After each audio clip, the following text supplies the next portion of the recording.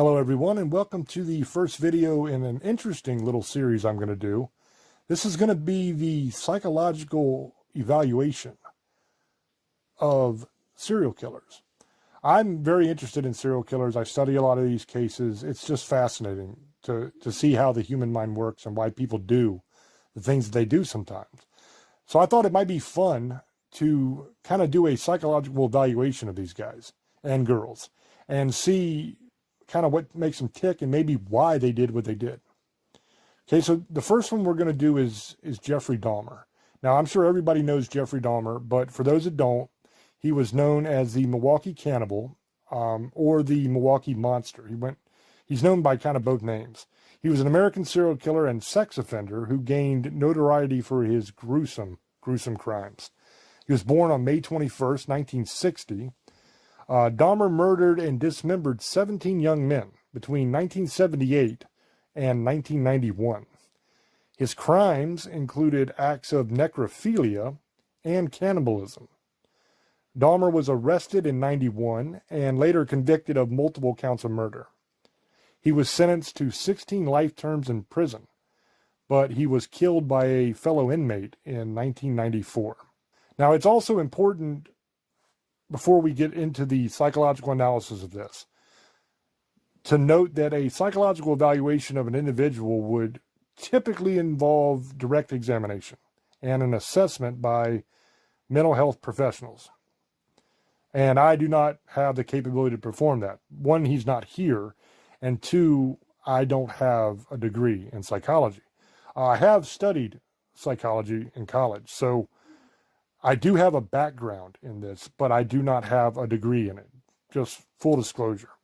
But based on historical information, Dahmer's case has been the subject of analysis and discussion by both forensic psychologists and a lot of different criminologists.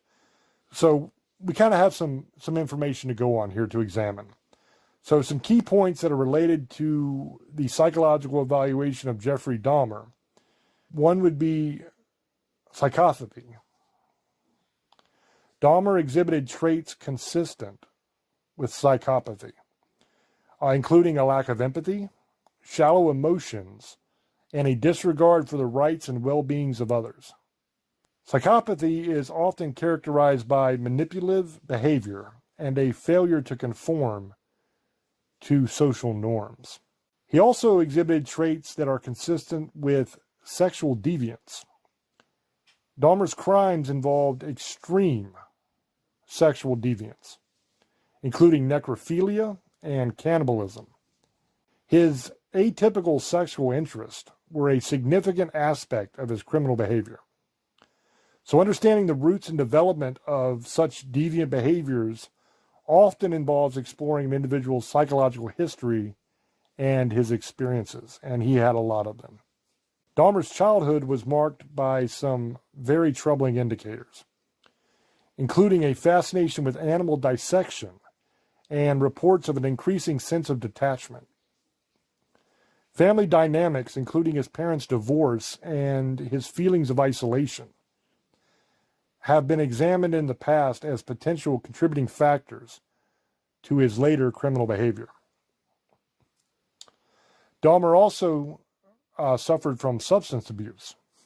He struggled with alcohol abuse, and substance abuse is often intertwined with psychological issues. Substance abuse can exacerbate existing mental health problems and impair judgment, potentially contributing to his criminal behavior. At the very least, it gave him courage in a bottle to commit the crimes that he wanted to commit. Dahmer also suffered from isolation and alienation. His lifestyle included a high degree of isolation. He targeted vulnerable individuals who were often marginalized, and his crimes were committed in a context of extreme alienation.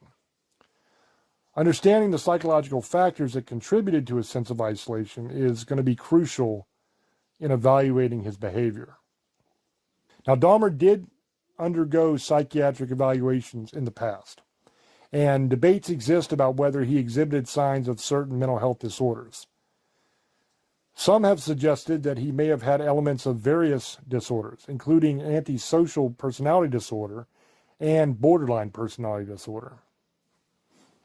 Dahmer's criminal profile, including patterns of offending modus operandi and the escalation of violence, is a focus of psychological analysis.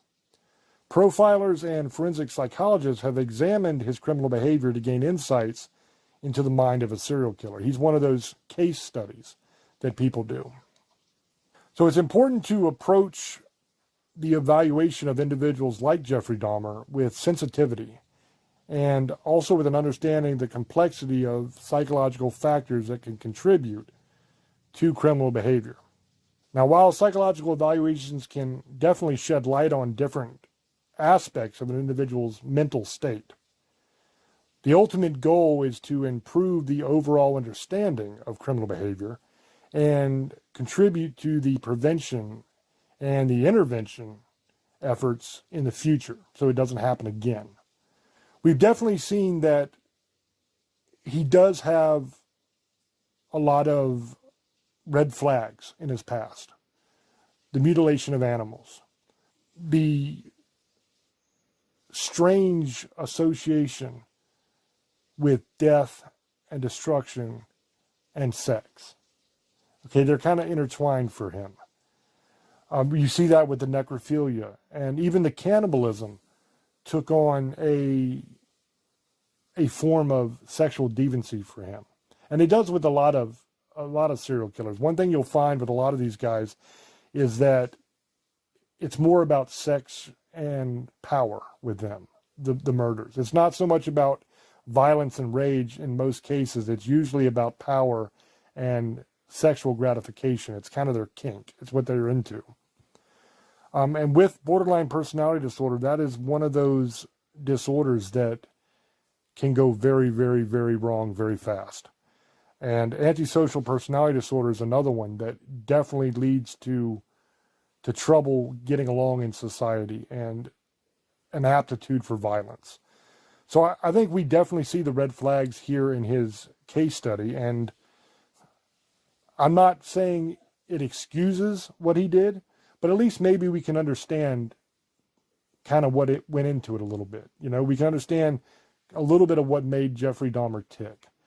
As should be obvious with everybody, his crimes were horrific, and this video is in no way meaning to excuse what he did, only to understand what might have contributed to him wanting to do that, and maybe in some way figuring out how to stop that in the future. You know, that's the overall goal of a lot of these people that do these evaluations, and the people who study serial killers, is to try to figure out what makes them tick to stop it from happening again. So I hope you guys enjoyed this video. I'm going to do a whole bunch of these because I know a lot about a lot of serial killers. And since I have that knowledge and also have a background in psychology, I thought it might be kind of a cool thing to do these little evaluations. So let me know down in the comment section what you think, if you liked it. And as always, it's up to you to make up your own mind. And I will catch you on the next one. Until I speak to you again, love many, trust few, and do harm to none. God loves you, and so do I. Bye-bye.